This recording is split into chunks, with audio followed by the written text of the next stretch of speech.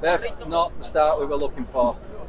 No, it's not the start that we're looking for. And I've just been speaking about it then, and ultimately, it's not even the result that's a problem for me. It's the way that the players went about it. We came out there, we clearly had a game plan, and as soon as it looked like there was a little bit of something that started to go wrong, Brighton clearly had a game plan out. Graham Potter's a great manager, and I thought a little bit of adversity where Brighton scored, you could just see the players crumble. And again, it's the aggression, the belief in themselves. The first day of the season, you want to go out there and show the fans what to expect for the start of the season. And last year we got the Leeds result, and obviously the rest of the season ended up being very poor. This is exactly what to expect with Manchester United. There's still a lot of work to be done for Erik ten Hag. He's only just getting started, and I thought players looked unfit.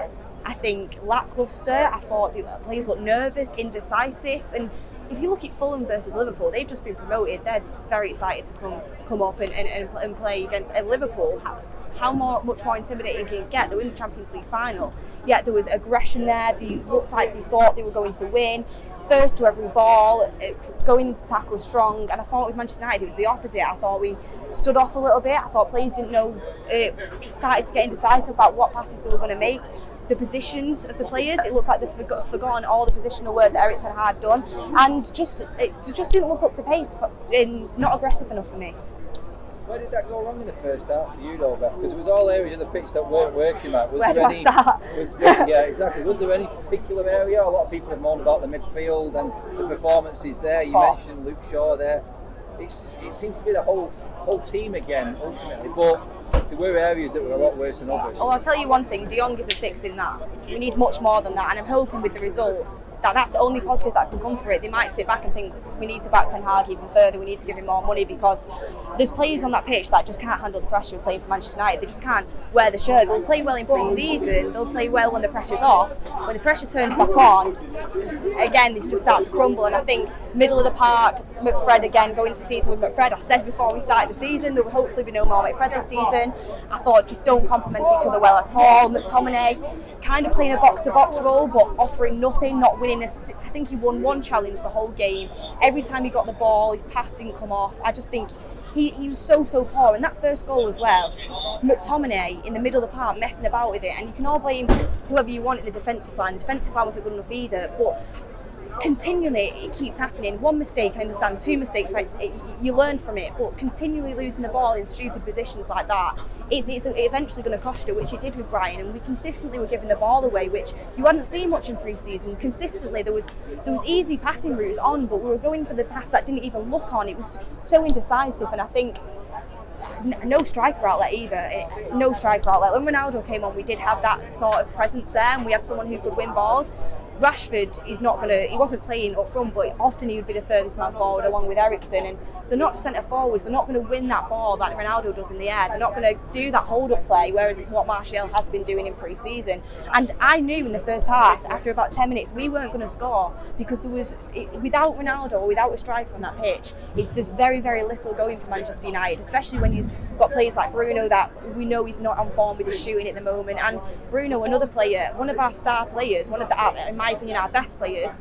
But again, when he started off the game very well, I thought, within the first 10 minutes. But as soon as it starts going wrong, reverting back to old ways, exactly how he played last season, which he didn't want, that he didn't have that discipline in his game that we'd seen in pre-season a little bit. And I think a really, really disappointing performance from a lot of players. And Luke Shaw, for me, I don't understand why he's starting that game, because his positional play was all off. He didn't look fit enough. He often was leaving players open, and I just think the fullbacks again, not good enough, not up to speed. And fullbacks are very important now in the Premier League, getting them crosses in, knowing when to do a low cross, knowing when to do a high cross. There was just no intelligence there. You've got players like Rashford in the box, and we're putting in a chipped in cross. He's not going to score that off a header. The players need to get a bit of intelligence in the game and actually have belief in the system that Erik ten Hag is trying to play. In terms of new players there, two debutants, probably the two best performers, yep. Martinez and Eriksen. Let's try and finish on a slight positive there. But not bad for their first game, considering how bad it got out there. Yeah, it's not bad for their first game. I thought Martinez was brilliant on the ball. Someone who is actually good with the ball, the feet is what we need, because there's a lot of players out there that aren't good at that and often get caught. playing Eric Ten Hag's system where you're passing it out from the back, I think it's really important. And I thought he looked strong. Height wasn't an issue. He was winning every header he came up against. He did go to sleep a little bit on the second goal, but it's his first game. I'm going to kind of overlook that. I do think all in all defensively he was very, very good, and I think he's going to be a very good player for Manchester United. And Eriksen, I don't think he put a foot wrong for me. When he dropped deep, personally, I wouldn't have dropped him that deep, but that just shows how little options we have. We don't have many options there. So Christian Eriksen's dropping deep, where I would have rathered him in the 10 role further forward, kind of being able to give them balls to Ronaldo and help out a little bit more around the box rather than the second man back, because his passing is superb. If you get him and Ronaldo working together on that pitch, they will score goals. His passing was excellent. That's what Bruno would hope to be, but Bruno is not at that level when it comes to passing yet. And the different players, but I thought Christian Eriksen didn't put a foot wrong. I thought he looked like a really good addition, and if anyone's questioning whether he should be starting every week, I think we've just seen now he was our best midfielder in my opinion. Beth, quick one-word answer: midfield, attack, or defence? Signing, if we were going to make one before the window shuts, where's it going to be? Midfield for me, but the attack isn't good enough either.